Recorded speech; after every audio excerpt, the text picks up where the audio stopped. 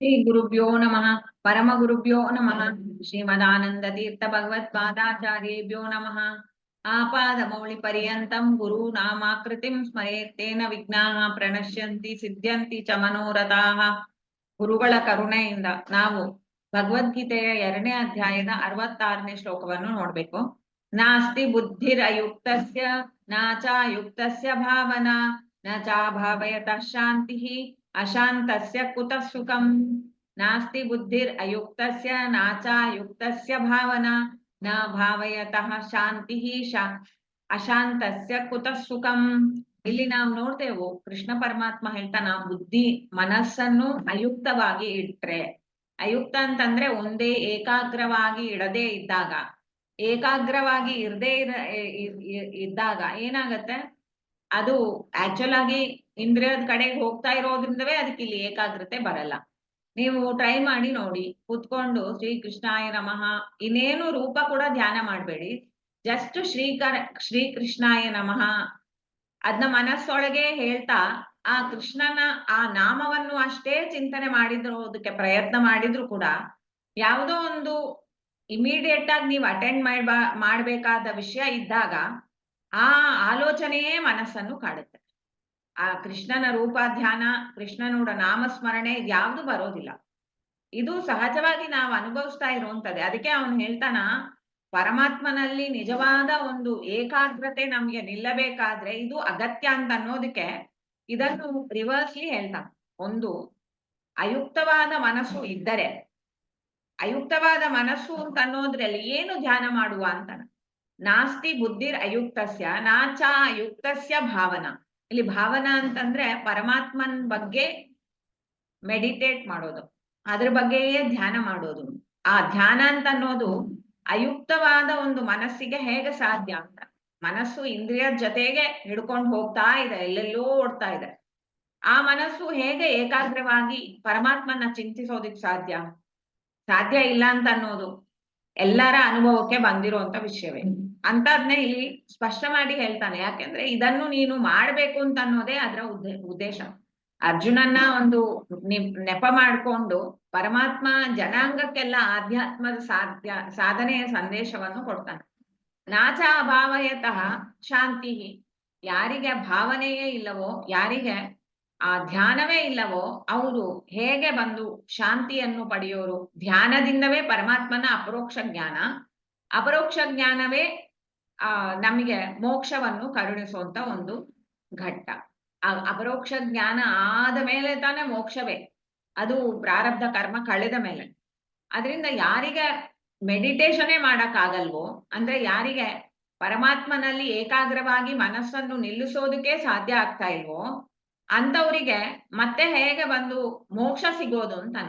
ಮೋಕ್ಷಕ್ಕೆ ದಾರಿಯೇ ಧ್ಯಾನ, ಧ್ಯಾನದಿಂದ ಸಾಕ್ಷಾತ್ಕಾರ, ಸಾಕ್ಷಾತ್ಕಾರದಿಂದ ಮೋಕ್ಷ. ಧ್ಯಾನ ಬರ್ಬೇಕಾದ್ರೆ ಏಕಾಗ್ರತೆ, ಏಕಾಗ್ರತೆ ಮನಸ್ಸಿಗೆ ಬರ್ಬೇಕಾದ್ರೆ ಇಂದ್ರಿಯದ ಸೆಳೆತವನ್ನು ಅದು ಕಲ್ಕೊಂಡಿಲ್ಲ ಅಂತಂದ್ರೆ ಅದಕ್ಕೆ ನಿಲ್ಲಕ್ ಆಗ್ಲಾರ್ದು ಮನಸ್ಸಿಗೆ. ಅದ್ರ ಸತ್ಯ ಪಾಯಿಂಟ್ ಆಫ್ ಫ್ಯಾಕ್ಟ್ ಏನು? ಮನಸ್ಸು ಅಂತ ಅನ್ನೋದು ಇಂದ್ರಿಯದಿಂದ ಓಡೋದು.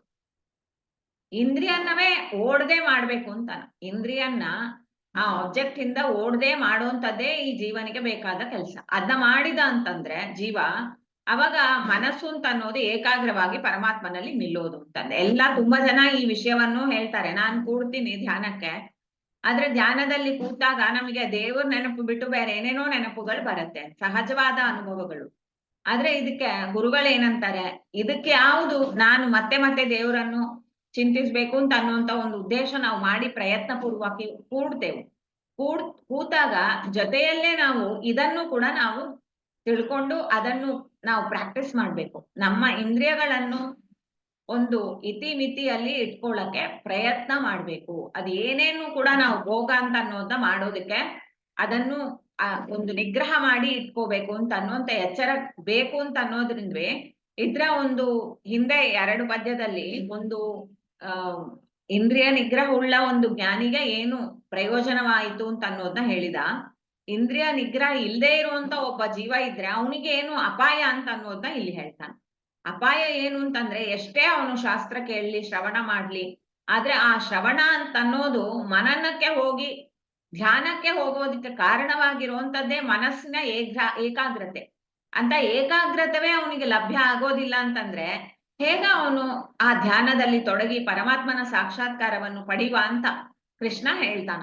ಅಂದ್ರೆ ಇದನ್ನು ರಿಟರ್ನ್ ಹೀಗೆ ಹೇಳಿದಾಗ ಮತ್ತಷ್ಟು ಎಚ್ಚರ ವಹಿಸ್ಲಿ ಇಂದ್ರಿಯ ನಿಗ್ರಹದ ಬಗ್ಗೆ ಅಂತ ಅನ್ನೋದನ್ನ ಹೇಳ್ತಾನೆ. ಇಂದ್ರಿಯ ನಿಗ್ರಹ ಅಂತ ಅನ್ನೋದು ಅತ್ಯಗತ್ಯ ಒಂದು ಸಾಧಕನಿಗೆ ಅಂತ ಅನ್ನೋದು. ಭೋಗ ಮಾಡ್ತಾ ಮಾಡ್ತಾ ಮನಸ್ಸು ತನ್ನ ಶಕ್ತಿ ಎಲ್ಲ ಕಳ್ಕೊಂಡ್ಬಿಡತ್ತೆ.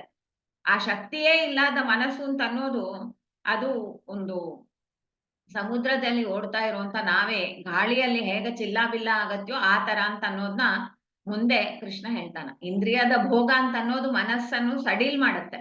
ಇಂದ್ರಿಯ ಭೋಗ ಮಾಡದೇ ಇರುವಂತ ಒಂದು ನೆಲೆಯಲ್ಲಿ ಜೀವ ತಿಳಿ ಹೇಳ್ಕೊಂಡು ಪರಮಾತ್ಮನ ಪ್ರೀತ್ಯರ್ಥವಾಗಿ ಅಂತ ಅನ್ನುವಂತ ಒಂದು ಪ್ರೀತಿಪೂರ್ವಕವಾದ ಆ ಒಂದು ನಿಗ್ರಹ ಅಂತ ಅನ್ನೋದು ಏನ್ ಮಾಡ್ತಾನೆ, ಅಹಂಕಾರ ವಿಹೀನವಾಗಿರುವಂತ ನಿಗ್ರಹ. ನಾನು ಮಾಡ್ಬೇಕು ಅಂತ ಅನ್ನೋಂತ ಮಾಡುವಂತದ್ದಲ್ಲ, ಮಾಡ್ಬೇಕು ಯಾಕೆಂದ್ರೆ ಪರಮಾತ್ಮನಿಗೆ ಅದು ಪ್ರೀತಿ. ಪರಮಾತ್ಮ ನನ್ನ ಮನಸ್ಸಲ್ಲಿ ಬಂದು ನಿಲ್ಲಬೇಕಾದ್ರೆ ನಾನು ಇಂದ್ರಿಯ ಬಲವಂತವಾಗಿ ಒಂದು 10 ದಿವಸ ನಾನು ಉಪವಾಸ ಇರ್ತೀನಿ ಅಂತ ಅನ್ನೋದು ಎಲ್ಲರೂ ಮೆಚ್ಚುವಂತ ಸಂಗತಿ. ಅದರಿಂದ ನಾನು ಮಾಡ್ತೀನಿ ಅಂತ ಅನ್ನೋದ್ರೆ ಅದು ನಮ್ಮ ಒಂದು ಧ್ಯಾನಕ್ಕೆ ಪ್ರಯೋಜನ ಆಗೋದಿಲ್ಲ. ನಾವ್ ಏನೇ ಮಾಡಿದ್ರು ಅದನ್ನ ಪರಮಾತ್ಮ ಪ್ರೀತ್ಯರ್ಥವಾಗಿಯೇ ಮಾಡ್ಬೇಕು ಅಂತ ಮುಂದಿನ ಅಧ್ಯಾಯ ಪೂರ್ತಿ ಅದ್ ಬರ್ತಾ ಇರತ್ತೆ. ಅದರಲ್ಲಿ ಏನೇ ತಪಸ್ಸು ಅಂತ ಅನ್ನೋದು ಆ ಇಂದ್ರಿಯ ನಿಗ್ರಹ ಅಂತ ಅನ್ನೋಂಥ ತಪಸ್ಸನ್ನು ಆಚರಣೆ ಮಾಡೋದ್ರಿಂದ ನಮಗೆ ಇನ್ನಷ್ಟು ಈಗೋ ಬರೋದಿದ್ರೆ ಅದು ತಪಸ್ಸೇ ಆಗಲ್ಲ. ದೇವರ ಅನುಗ್ರಹದಿಂದ ಮಾಡ್ತಾ ಇದ್ದೀನಿ, ಅವನ್ ಪ್ರೀತಿ ಇದ್ರಲ್ಲಿ ಇರ್ಬೇಕು.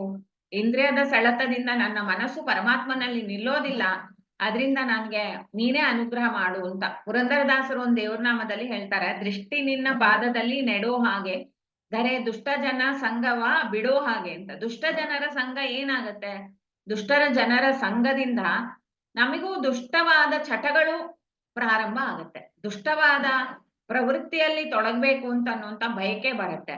ದುಷ್ಟವಾದ ಏನು ಆಬ್ಜೆಕ್ಟ್ಸ್ ಇದೆಯೋ ಅದನ್ನ ಸೇವಿಸ್ಬೇಕು ಅಂತ ಅನ್ನುವಂತ ಬಯಕೆನೂ ಬರುತ್ತೆ. ಈ ಎಲ್ಲಾ ಬಯಕೆಗಳಿಂದ ಮನಸ್ಸು ಕೆಟ್ಟ ಹೋಗ್ಬಿಡುತ್ತೆ. ದೇವರ ಪಾದದಲ್ಲಿ ನಿಲ್ಲೋದಕ್ಕೆ ಸಾಧ್ಯವೇ ಇಲ್ಲ. ಅದಕ್ಕೆ ಅವನ ಹತ್ರ ಪ್ರಾರ್ಥನೆ ಮಾಡ್ತಾರೆ, ದೃಷ್ಟಿ ನಿನ್ನ ಪಾದದಲ್ಲಿ ನೆಡೋ ಹಾಗೆ ಅಂತ. ನಿನ್ನ ಪಾದದಲ್ಲಿ ನೆಡಬೇಕಾದ ದೃಷ್ಟಿ. ನೆಡೋದು ಅಂತಂದ್ರೆ ಏನು, ಏಕಾಗ್ರವಾಗಿ ಅವನ ಪಾದವನ್ನು ಧ್ಯಾನ ಮಾಡುವುದು ಅಂತ. ಆ ತರ ಧ್ಯಾನ ಮಾಡೋದಿಕ್ ಬೇಕಾದದೇನು, ದುಷ್ಟರ ಸಂಘರಿಂದ ದೂರ. ದುಷ್ಟ ಜನರ ಸಂಘರು ಅಂದ್ರೆ ಸಹವಾಸದಿಂದ ನಮಗ್ ಬರುವಂತದ್ದು ದೋಷ. ಅದರಿಂದ ದೂರ ಇರೋಕು ನಾನು, ಅದ್ ನೀನೇ ರಕ್ಷಣೆ ಮಾಡು ಅಂತಾರೆ. ಆ ಸಹವಾಸ ದೋಷ ಅಂತ ಅನ್ನೋದು ಹೊರಗಿರುವಂತ ಪ್ರಪಂಚದಲ್ಲಿ ಇರುವಂತ ಜನರು ಅಂತ ಅನ್ನೋದು ಒಂದು.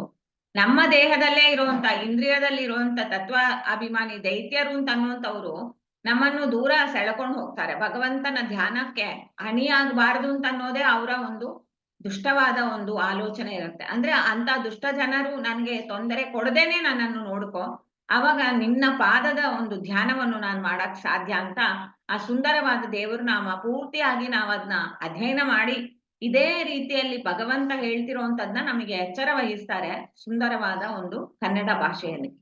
ಎಚ್ಚರವಾಗಿ ಇರಿ ಅಂತ ಅನ್ನೋದನ್ನ ಹೇಳ್ತಾರೆ. ಪರಮಾತ್ಮನ ಪಾದವನ್ನು ಧ್ಯಾನ ಮಾಡ್ಬೇಕಾದ್ರೆ ದುಷ್ಟ ಜನರ ಸಂಘದಿಂದ ದೂರ ಇರಬೇಕು, ದುಷ್ಟ ಚಟಗಳನ್ನು ಬಿಡಬೇಕು, ಇಂದ್ರಿಯವನ್ನು ಭಗವಂತನ ಬಿಟ್ಟು ಬೇರೆ ಯಾವ ಒಂದು ಕಡೆಗೆ ನಾವು ಸೆಲ್ಕೊಂಡು ಹೋದ್ರು ಕೂಡ ಅದೆಲ್ಲ ಕೂಡ ಒಂದು ಅಪಾಯವೇ ನಮಗೆ ಅಂತ ಅನ್ನೋದನ್ನ ಹೇಳ್ತಾರೆ. ವಿಷ್ಣು ತೀರ್ಥರು ಇದ್ರ ಬಗ್ಗೆ ಅವರು ಕೂಡ ಒಂದು ಆಧ್ಯಾತ್ಮ ರಸರಂಜನಿ ಅಂತ ಅನ್ನೋದನ್ನ ರಚನೆ ಮಾಡಿ ಅದರಲ್ಲಿ ಅವ್ರು ಹೇಳ್ತಾರೆ, ಪಾಹಿ ಪಾಂಡವ ಪಾಲಕ ಅಂತ. ಆ ಪಾಂಡವ ಪಾಲಕನಾಗಿ ನೀನು ಅರ್ಜುನಾದಿಗಳನ್ನು ರಕ್ಷಣೆ ಮಾಡಿದಿ. ಅವರ ಒಂದು ಮನಸ್ಸು ಅಂತ ಅನ್ನುವಂಥದ್ದು ಕುಸಿದಾಗ ಅವ್ರಿಗೆಲ್ಲ ನೀನು ತಿಳಿ ಹೇಳಿ ಉದ್ಧಾರ ಮಾಡಿದಿ. ಈ ನನ್ನ ಇಂದ್ರಿಯಗಳು ಪಾಂಡವ ಅಂತ ಅನ್ನುವಾಗ ಪಂಚೇಂದ್ರಿಯಗಳು ಕೂಡ ಪಾಂಡವರು ಅಂತ ಪಂಚೇಂದ್ರಿಯಗಳನ್ನು ಪಾಲನೆ ಮಾಡು ಅಂತಾರೆ. ನೀನು ಗೋಪಾಲ ಅಲ್ಲವೇ ಅಂತ ಈ ಚಿಂತನೆ ಅಂತ ಅನ್ನೋದನ್ನ ಅವರು ಯಾವ ರೀತಿಲಿ ಮಾಡಿದ್ರು ಕೂಡ ಒಬ್ರಿಗೆ ಅದನ್ನ ಅಧ್ಯಯನ ಮಾಡಿದಾಗ ಅದನ್ನ ಓದಿದಾಗ ಏನ್ ಅರ್ಥ ಹೊಳಿಯತ್ತೆ ಈ ಕಾಂಟೆಕ್ಸ್ಲಿ ನೋಡಿದಾಗ, ಅದಕ್ಕೂ ನಾವು ಪರಮಾತ್ಮನವೇ ಮೊರೆ ಹೋಗ್ಬೇಕು ಅಂತ ಅನ್ನೋದನ್ನ ವಿಷ್ಣು ತೀರ್ಥರು ಹೇಳ್ತಾರೆ. ನನ್ನ ಮನಸ್ಸು ಅಂತ ಅನ್ನೋದು ಕಣ್ಣು ಬಂದು ನನ್ನ ಮಗನ ನೋಡತ್ತೆ, ಕಣ್ಣು ಬಂದು ನನ್ನ ಮನೆಯನ್ನು ನೋಡತ್ತೆ, ಕಿವಿ ಬಂದು ಅವ್ರು ಮಾತಾಡ್ತಿರೋಂಥ ಶಬ್ದವೇ ಕೇಳತ್ತೆ. ಆದ್ರೆ ನೀನು ಅಲ್ಲಿ ಇದ್ದೀಯಲ್ಲ, ಮನೆಯೊಳಗೂ ನೀನಿದ್ದಿ, ಮಗನೊಳಗೂ ನೀನಿದ್ದಿ, ನನ್ನ ಮಿತ್ರ ಬಾಂಧವರೊಳಗೂ ನೀನಿದ್ದಿ. ನಾನು ಎಲ್ಲಿ ಮಾತಾಡಿದ್ರು ಕೂಡ ಆ ಎಲ್ಲಾ ಮಾತುಗಳು ಅಂತ ಅನ್ನೋದು ನಿನ್ನ ಕುರಿತಾಗ್ಲೇ ಇರ್ಲಿ ಅಂತ. ಯಾಕಂದ್ರ ಅಲ್ಲಿ ನೀನಿದ್ದಿ ಅಂತ ಅನ್ನುವಂತ ಎಚ್ಚರ ನನಗ್ ಬರ್ಲಿ ಅಂತ. ಈ ಲೋಕದಲ್ಲಿ ಇದ್ದ ಮೇಲೆ ನಾವು ಯಾರನ್ನೂ ಮಾತಾಡದೆ ಇರಾಕ್ ಸಾಧ್ಯವಾ? ಎಲ್ಲರನ್ನೂ ನೋಡ್ಬೇಕಾಗತ್ತೆ, ಎಲ್ಲರನ್ನೂ ಮಾತಾಡ್ಬೇಕಾಗತ್ತೆ. ಆದ್ರೆ ಮೋಹದಿಂದ ಮಾತಾಡ್ಬೇಡಿ ಅಂತ ಅನ್ನೋದ್ನ ಎಚ್ಚರದಿಂದ ಮಾತಾಡಿ. ಎಲ್ಲಿ ದೇವರಿದ್ದಾನ ಅಲ್ಲಿ ಅದರಿಂದಾಗಿ ನಾನು ಅವರಿಗೆ ಅಷ್ಟೊಂದು ಪ್ರೀತಿಯನ್ನು ತೋರ್ಬೇಕು ಅಂತ ಅನ್ನೋಂತ ಮನೋಭಾವನೆ ನಿನಗಿರ್ಲಿ ಅಂತ ಅನ್ನೋಂತ ಎಚ್ಚರವನ್ನು ಅವರು ಪಾಲನೆ ಮಾಡು ನನ್ನನ್ನು ಆ ತರ ಅಂತ ಅನ್ನೋದನ್ನ ಇಲ್ಲಿ ವಿಷ್ಣು ತೀರ್ಥರು ಹೇಳ್ತಾರೆ. ಅವರ ಒಂದು ಆಧ್ಯಾತ್ಮ ರಸರಂಜನೆಯಲ್ಲಿ ಧ್ಯಾನದ ಬಗ್ಗೆ ತುಂಬಾ ವಿಚಾರಗಳು ಅವ್ರು ಹೇಳಿದ್ದಾರೆ. ಈ ಮೊದಲನೇ ಪದ್ಯದಲ್ಲಿ ಈ ಪರ್ಟಿಕ್ಯುಲರ್ ಪಾಯಿಂಟ್ ಅವ್ರು ಅದನ್ನ ಸ್ಟ್ರೆಸ್ ಮಾಡ್ತಾರೆ.